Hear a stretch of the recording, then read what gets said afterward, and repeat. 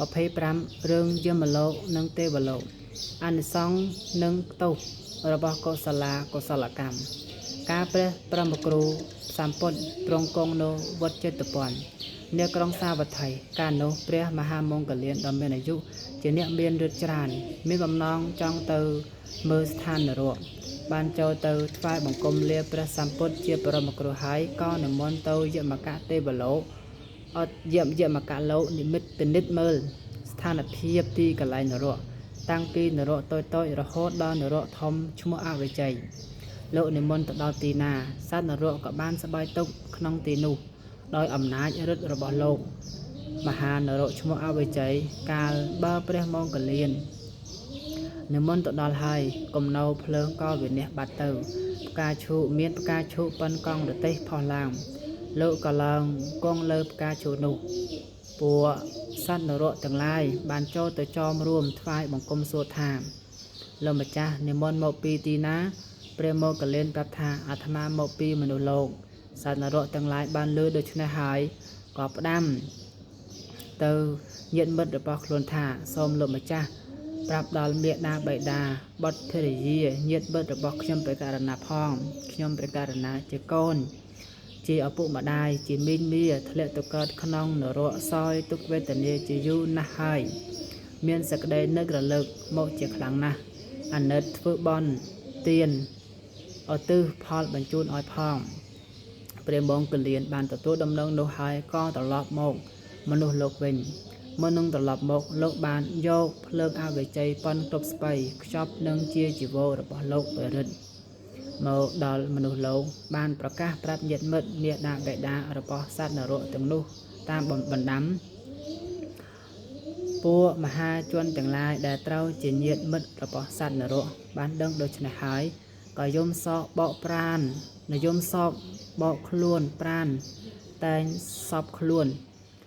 លុះបន្តបងត្រូវសេចក្តីសោកនោះហើយបាននិមន្តព្រះសង្ឃមានព្រះពុទ្ធជាប្រធានមកថ្វាយទក្ខណាទានឧទ្ទិសបញ្ជូនផលទៅសត្វនរកទាំងនោះដោយអំណាចរបស់ព្រះមង្គលាននិងដោយសត្វនរកទាំងនោះមានចិត្តទន្ទឹមចាំតែទទួលផលផងក៏បានទទួលដោយបំណងពេលនោះសត្វនរកទាំងឡាយបានរួចចាក់ទុកទៅកើតនៅក្នុងឋានសួគ៌ជាច្រើនដោយមានបល័យក្នុងគម្ពីរនោះថាទេនិរិយកសត្តាទុក្ខតោមិញ្ចន្តិតតោចវិទ្វាសមបទាំងបរយើងសុខ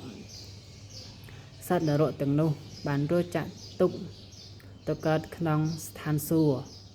មីដេដាស់ត្រៀបត្រាក្នុងកាលនោះព្រះមង្គលានបាននិមន្តទៅស្ថានសួគ៌ទៅពិនិត្យមើលភូមិភាគនិងសុខភាពរបស់លោកសុខភាពរបស់ពពួកទេវតាក្នុងស្ថានសួគ៌ទាំង6ជាន់បាននិមន្តទៅឈរ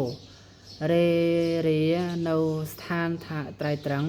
ពេលនោះពួកទេវតាក្នុងសួគ៌ទាំង6ជាន់ក្តៅក្រហល់ក្រហាយនឹងចម្ងាយភ្លើងអវជ័យដែលខ្ចប់នឹងជាជីវរនោះគ្រប់គ្នាសកទេវរាជបានជ្រាបហេតុហើយទៅប្រគិនសញ្ញាដល់ព្រះមង្គលានព្រះមង្គលានយល់ថាទេវតាទាំងអស់ក្តៅក្រហាយដោយកំទេចភ្លើងដែលជាប់នឹងជាជីវររបស់អញទេតាបានជាឆ្លេឆ្លាយ៉ាងនេះលោកគិតថាភ្លើងប៉ុនគ្រប់ស្ពេនេះមានកម្លាំងក្តៅខ្លាំងណាស់បើអាត្មាអញចោលទៅលើផែនដីនឹងឆេះខ្ទេចខ្ទីអស់ចោលទៅក្នុងសមុទ្រនឹងរីងខាស់ទឹកអស់ឥតសល់ចោលទៅឯកអាកាសនឹងរាំងភ្លេងអស់12ឆ្នាំបើដូច្នេះមានតែអាត្មាអញយកទៅចោលនៅកន្លែងអវជ័យវិញក៏យកទៅចោលក្នុងអវជ័យនោះទៅហើយនិមន្តទៅថ្វាយបង្គំព្រះសម្ពុទ្ធជាបរមគ្រូក្រាបទូលដំណឹងអំពីយមលោកនិងទេវលោកដោយសពគ្រប់ព្រះសម្ពុទ្ធទ្រង់ប្រត់នៅហេតុនោះហើយក៏ប្រទាននៅធម្មទេសនាដល់ពុទ្ធបរិស័ទទាំងឡាយថានិហិធម្មោអធម្មោចៈឧភោសមវិបាកិណោអធម្មោអធ ធម្មโมនិរយ៉ាងនេតិធម្មโมបាបេតិសកតាំងសភាវៈពីរប្រការគឺអកុសលធម៌មួយកុសលធម៌មួយអកុសលធម៌មួយឲ្យផលមិនស្មើគ្នាអកុសលធម៌តែនាំសត្វទៅនរកកុសលធម៌តែនាំសត្វទៅស្ថានសួគ៌លុះចប់នៅធម្មទេសនានេះហើយពួកពុទ្ធបរិស័ទទាំងឡាយបានលុះចូលមង្គីភិសម័យចំនួន 34,000 នាក់ក្នុងពេលនោះផង